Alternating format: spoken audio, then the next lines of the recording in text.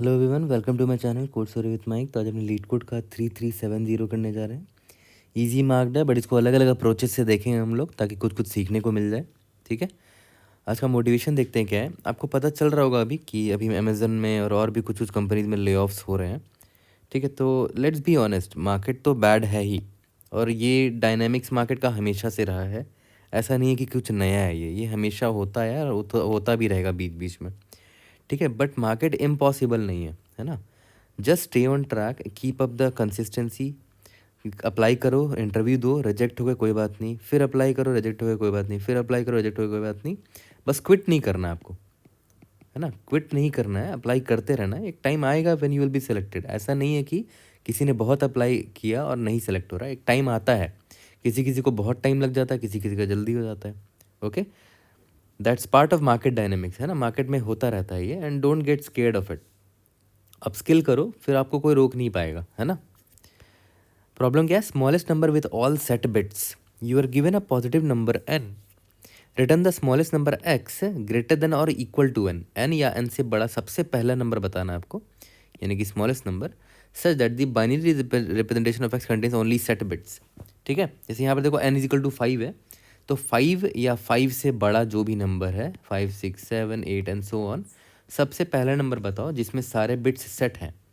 तो देखते हैं, 5 में सारे बिट्स सेट नहीं है क्योंकि ये 101 है। 6 में भी सारे बिट्स सेट नहीं है क्योंकि ये 110 है। 7 में सारे बिट्स सेट हैं, तो हमारा सबसे पहला नंबर जिसमें सारे बिट्स सेट है, which is greater than equal to n, is 7, इसीलिए मेरा आंसर 7 है। ओके, तो प्रॉब्लम थोड़ा स्ट्रेट फॉरवर्ड सा है। तो ऑब्वियस सी बात है, सबसे पहला अप्रोच मेरे मन में यही आएगा, या किसी के मन में भी यही आएगा कि भाई अगर एन इज इक्वल टू 5 दे रखा है, मान के चलते हैं, तो मैं क्या करूँगा, मैं रिजल्ट मान लूँगा कि हो सकता है यही मेरा आंसर हो, result is equal to N.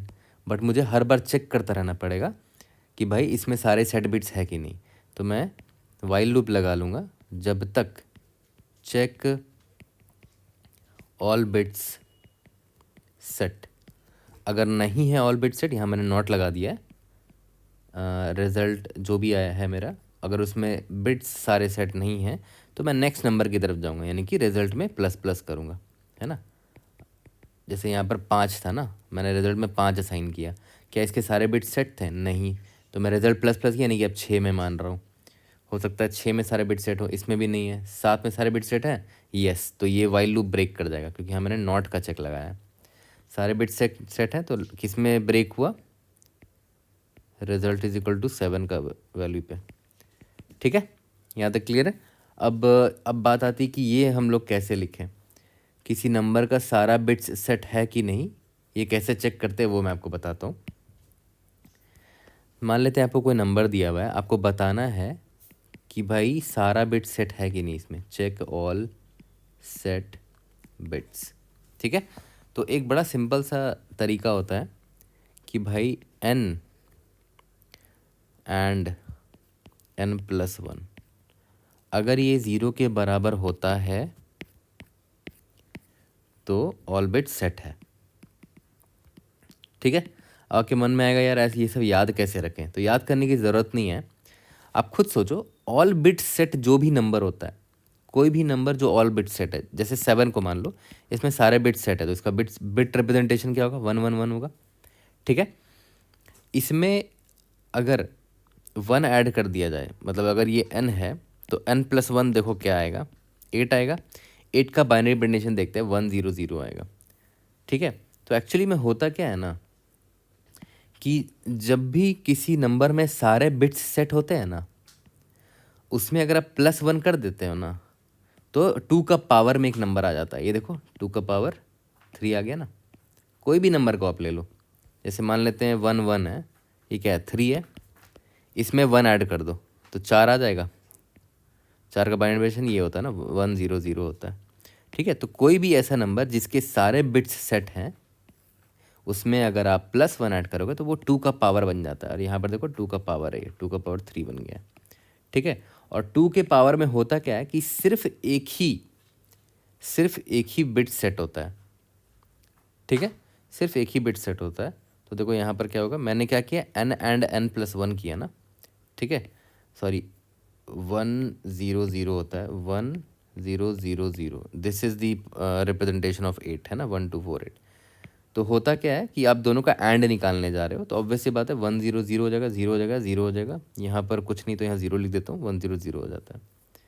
ठीक है, तो यहाँ पर सिंपल सा ऑब्जर्वेशन है, सिंपल सा मैथ्स यहाँ पर बिट मैनिपुलेशन यहाँ पर काम कर रहा है कि n and n plus 1 is equal to 0 है, मतलब n का पक्का सारा बिट्स सेट रहा होगा।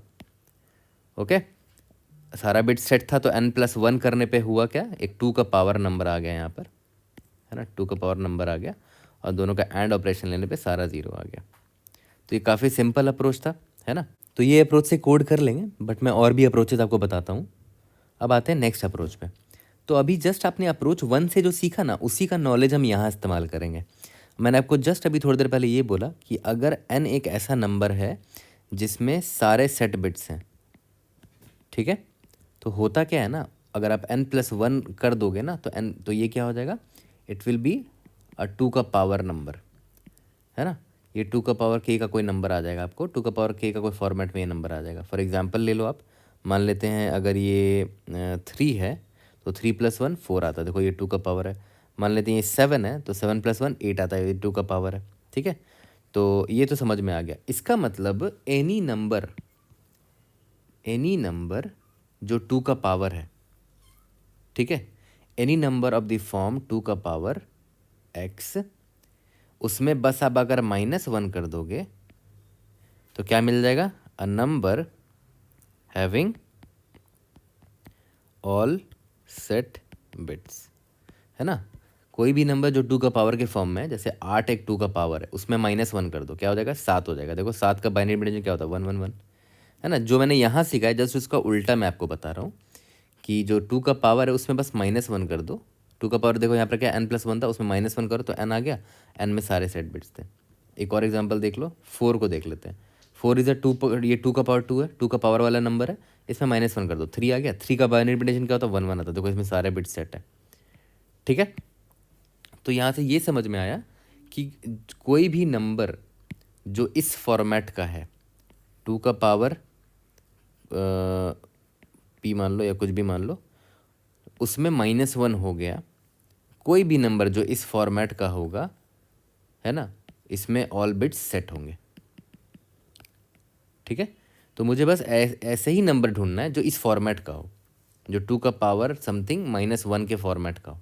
तो आप बड़े आसानी से उस तरह के नंबर को जो इस फॉर्मेट में है आप आराम से देख सकते हो। देखो कैसे, मैं एक काम करता हूँ, हर वो नंबर को देखता हूँ जिसमें सारे बिट्स सेट हैं। जैसे 1 को देखो, इसका बाइनरी रिप्रेजेंटेशन अगर मैं लिखूँ तो क्या होता है, 1 होता है। इसमें देखो सारे बिट्स सेट हैं। 1 के बाद कौन सा नंबर है, 3 है, इसमें भी सारे बिट्स सेट है, 1 1। उसके बाद क्या है, 1 3 7 है ना, 1 1 1। 7 के बाद क्या है, 15 है, बाइनरी डिवीजन में 15 क्या होगा, 1 1 1 1 1 2 4 8। ठीक है, तो यहाँ पर एक चीज़ नोटिस करो, बड़ा सिंपल सा यहाँ पर ऑब्जर्वेशन आपको मिल चुका होगा इधर ऑलरेडी, कि अगर मैं 1 से स्टार्ट कर रहा हूँ तो दूसरा नंबर क्या है, देखो तो 2 इंटू 1 प्लस 1।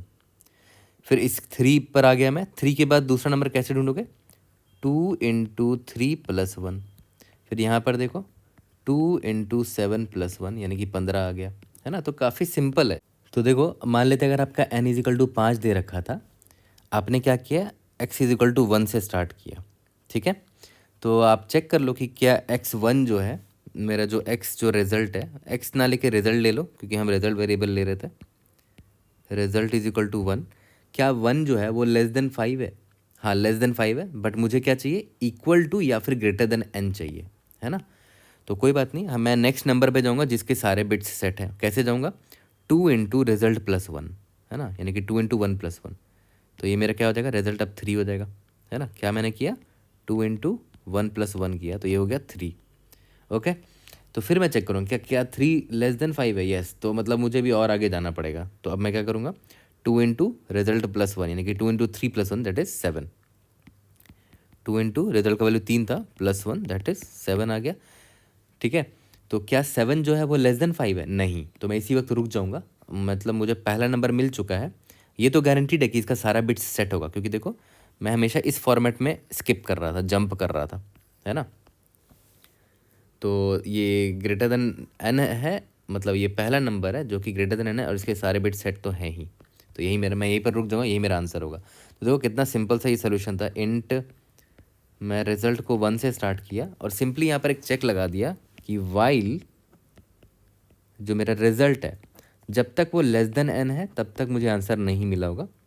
और मैं जंप इस बार पता है क्या करूँगा, result is equal to 2 into result plus 1, इस तरह जंप करूँगा, ठीक है।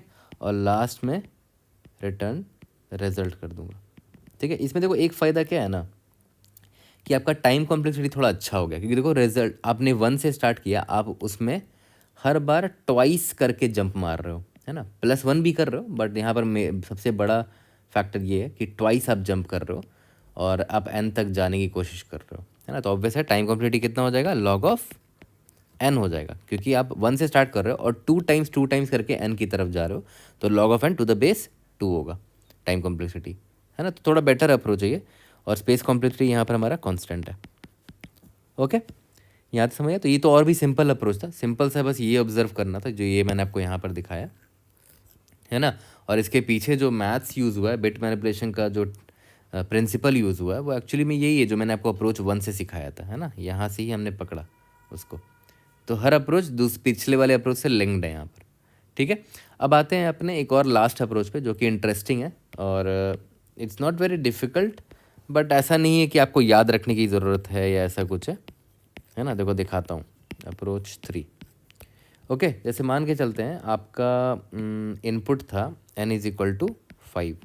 ओके, तो एक काम करते हैं, इसका बाइनरी रिप्रेजेंटेशन लिखते हैं 1 0 1, ठीक है।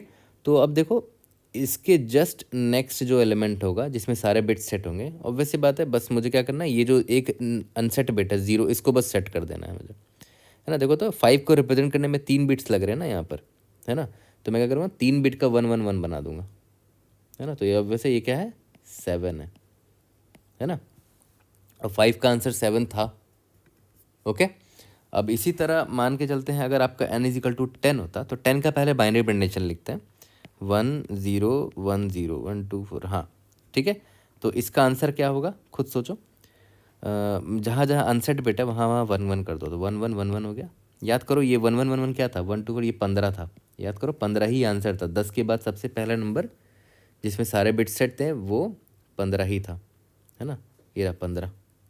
ओके, तो यहाँ पर से आपने एक चीज़ ऑब्ज़र्व कर लिया होगा कि मैं कर क्या रहा हूँ कि भाई जितने बिट्स लग रहे हैं इस नंबर को रिप्रेजेंट करने में, जितने बिट्स लग रहे हैं इस नंबर को रिप्रेजेंट करने में, उतने बिट्स का मैं 1 1 1 1 सेट कर दे रहा हूँ, है ना। उतने बिट्स का 1 1 1 1 मैं एक नंबर बना दे रहा हूँ। तो देखा जाए तो इसमें एक सिंपल सा, ये 2 सिंपल चीज़ हमें चाहिए। सबसे पहली चीज़ हमें क्या चाहिए कि भाई ये जो n है ना, ये इसको रिप्रेजेंट करने में कितने बिट्स लगे, है ना। How many bits required to represent this n। जैसे ही वो बिट मिल गया, मतलब मान लेते हैं यहाँ पर देखो तो कितना बिट रिक्वायर्ड था n को रिप्रेजेंट करने में, 4 बिट था, ठीक है। तो 4 बिट का मुझे 1 1 1 1 बनाना है। ओके, तो मैं यहाँ लिख देता हूँ for all once of length equal to what we found in step 1 above, है ना। इस स्टेप 1 में हमें जितने बिट्स मिले उतने बिट्स का मुझे सारे 1 सेट करके एक नंबर बनाना है। ओके, तो सबसे पहला स्टेप तो ये है, इसको सॉल्व करते हैं सबसे पहले कि भाई किसी भी नंबर को में रिप्रेजेंट करने में बाइनरी में कितना बिट्स लगेगा वो कैसे ढूंढते हैं। आई थिंक बहुत लोगों को ऑलरेडी पता होगा। Int number of bits to represent a number is equal to log of n to the base 2, उसमें +1 कर दो, ठीक है। तो जैसे मान के चलते हैं मुझे 5 को रिप्रेजेंट करने में कितना बिट लगेगा, पहले देख लेते हैं बाइनरी रिप्रेजेंटेशन क्या है इसका, 1 0 1 है ना। तो मैं कैसे निकालूंगा, log ऑफ 5 निकाल देता हूँ, बेस 2 करूँगा तो अप्रॉक्सीमेटली 2 पॉइंट समथिंग आता है, तो 2 हो गया। उसमें देखो मैं +1 कर रहा हूँ, +1 दैट इज़ 3, यानी कि 3 बिट लगेगा 5 को रिप्रेजेंट करने में। अब बिल्कुल सही बात है, 3 बिट लग भी रहा है, ठीक है। तो इसको मैं डब्बे में डाल देता हूँ कि ये हमने ये सीख लिया कि एक नंबर को बाइनरी में रिप्रेजेंट करने में कितने बिट्स लगते हैं, पहला चीज़। अब आते हैं दूसरी चीज़ पर, ये इंटरेस्टिंग है ना, कि हम मुझे अब जब बिट पता चल ही गया कि इतने बिट्स हैं, है ना, मुझे मान लेते हैं बिट मेरा कितना आया यहाँ पर, 3 आया ना, यहाँ पर बिट्स इज इक्वल टू 3 आया, तो मुझे क्या चाहिए, 3 बिट, सारे बिट सेट होने चाहिए, ये नंबर चाहिए मुझे। अभी मैं कैसे लाऊं, अब देखो इट्स वेरी इजी, आपको करना क्या है, जो 1 होता है ना 1, इसको लेफ़्ट शिफ्ट मारो नंबर ऑफ बिट्स से, ठीक है, तो देखते हैं आता क्या है। 1 तो मेरा ये होता है 0 0 0 0 1, ये मेरा 1 है, इसको लेफ़्ट शिफ्ट करना है बिट से, बिट्स की वैल्यू कितनी थी, 3 थी, तो एक बार यहाँ शिफ्ट हुआ, एक बार यहाँ, एक बार यहाँ शिफ्ट हुआ, तो क्या बन जाएगा ये 0 1 0 0 0 बन जाएगा। इसका डेसिमल वैल्यू क्या होगा, 1 2 4 8 हो गया ना, 8 हो गया, ठीक है। तो एक चीज़ ध्यान दो, ये देखो तो क्या, ये क्या है ये यार, ये पावर ऑफ 2 है, और थोड़ी देर पहले आपको सिखाया था कि पावर ऑफ 2 वाला कोई भी नंबर हो उसमें -1 कर दोगे ना, तो ऑलरेडी उसके सारे बिट सेट हो जाते हैं, एक ऐसा नंबर मिलेगा जिसमें सारे बिट सेट होंगे। तो देख रहे हो, अप्रोच 1 में जो सीखा वो अप्रोच 2 में भी वही चीज़ अप्लाई हुआ, अप्रोच 3 में भी वही चीज़ अप्लाई हो रहा है, ठीक है। मैंने क्या किया, 1 में left shift number of bits मारा, है ना, और उसमें मैंने क्या किया, -1 कर दिया, क्योंकि मैंने आपको सिखाया था कि 2 का पावर कैसा भी नंबर हो, 2 का पावर कोई भी नंबर हो, उसमें -1 करने पे ऑल सेट बिट्स वाला नंबर मिल जाता है, ठीक है। तो ऑब्वियस सी बात है, फिर से देख लेते हैं, log of n to the base 2 + 1 मुझे मिल गया, इससे क्या मिल गया, मुझे नंबर ऑफ बिट्स मिल गया कि इतने बिट्स को चाहिए था इस n को रिप्रेजेंट करने में, ठीक है, नंबर ऑफ बिट्स मिल गया। फिर मैंने 1 को लेफ्ट शिफ्ट मारा नंबर ऑफ बिट्स से, ये 2 का पावर एक नंबर मिल गया, उसमें -1 कर दिया मैंने, तो एक ऐसा नंबर मिल जाएगा जिसमें सारे बिट्स सेट होंगे, ठीक है। तो यहाँ हमारा काम बन गया। आपको यहाँ पर वेरीफाई भी कर सकते हो, अगर मान लेते हैं n आपका 5 होता तो नंबर ऑफ बिट्स कितना आता, 3 आता, है ना, तो 1 को लेफ़्ट शिफ्ट 3 करोगे तो 2 का पावर 3 आएगा, यानी कि 8, -1 करोगे तो 8 - 1 दैट इज़ 7, यही मेरा आंसर है, ठीक है। यहाँ तक क्लियर हो गया। तो देखा जाए तो ये मतलब approx almost constant time complexity में हमने कर दिया है इसको, क्योंकि हमने बस नॉर्मल ये नंबर ऑफ बिट्स निकाला और ये शिफ्ट ऑपरेशन किया है। तो जल्दी से तीनों अप्रोच को कोड करते हैं, इसको फिनिश करते हैं। तो चलो सबसे पहले वाले अप्रोच से स्टार्ट करते हैं। Int result is equal to, मैंने क्या बोला था, 1 या n ले लेते हैं, ठीक है। बस मैं इतना चेक करूँगा कि इज़ ऑल बिट्स सेट, अगर सेट नहीं है इस रिज़ल्ट में तो ऑब्वियस सी बात है रिज़ल्ट को मैं आगे बढ़ाऊँगा, लास्ट में रिटर्न रिज़ल्ट कर दूँगा, ठीक है। इज़ ऑल बिट्स सेट, एक फंक्शन लिख लेते हैं, बूलियन इन x, सिंपली यहाँ पर मैंने क्या बोला था कि रिटर्न कर देना है कि अगर x एंड x + 1 इन दोनों का जो रिजल्ट आएगा वो एग्जैक्टली 0 होना चाहिए। रन करके देखते हैं, we should be able to pass all the test cases. Submit करके देख लेते हैं, उसके बाद आ जाएंगे इसके नेक्स्ट अप्रोच पर। ग्रेट, अब आते हैं इसके नेक्स्ट अप्रोच पे, इसको क्लीन करते हैं। तो हमारा नेक्स्ट अप्रोच क्या था कि भाई int x is equal to 1 से स्टार्ट करेंगे, या फिर रिजल्ट नाम का वेरिएबल ले लो, और तब तक चलेंगे जब तक जो रिजल्ट है वो लेस देन n है ना। तो result will be equal to 2 × result + 1, ठीक है। लास्ट में रिटर्न रिजल्ट कर दो, सबमिट करके देखते हैं, we should be able to pass all the test cases. Okay, आते हैं लास्ट अप्रोच पे। लास्ट अप्रोच बस प्रिटी स्ट्रेट फॉरवर्ड, मतलब थोड़ा ज़्यादा सिंपल था। log ऑफ 2 ऑफ बेस नहीं log of n to the base 2 + 1 के नंबर ऑफ बिट्स पता चल गया। सिंपली रिटर्न क्या करना था, 1 को लेफ्ट शिफ्ट करा बिट से और उसमें जो वैल्यू है उसमें -1 कर दिया, ठीक है। सबमिट करके देखते हैं। तो देखा जाए तो तीनों अप्रोच पता है किस चीज़ के अराउंड रिवॉल्व कर रहा है, जो मैंने आपको बताया था अभी थोड़ी देर पहले, कि अगर 2 का पावर का कोई भी नंबर है उसमें -1 करोगे ना तो वो ऑल बिट्स सेट वाला नंबर आ जाएगा, है ना, ठीक है। As simple as that. I hope I was able to help. See you in the next video. Thank you.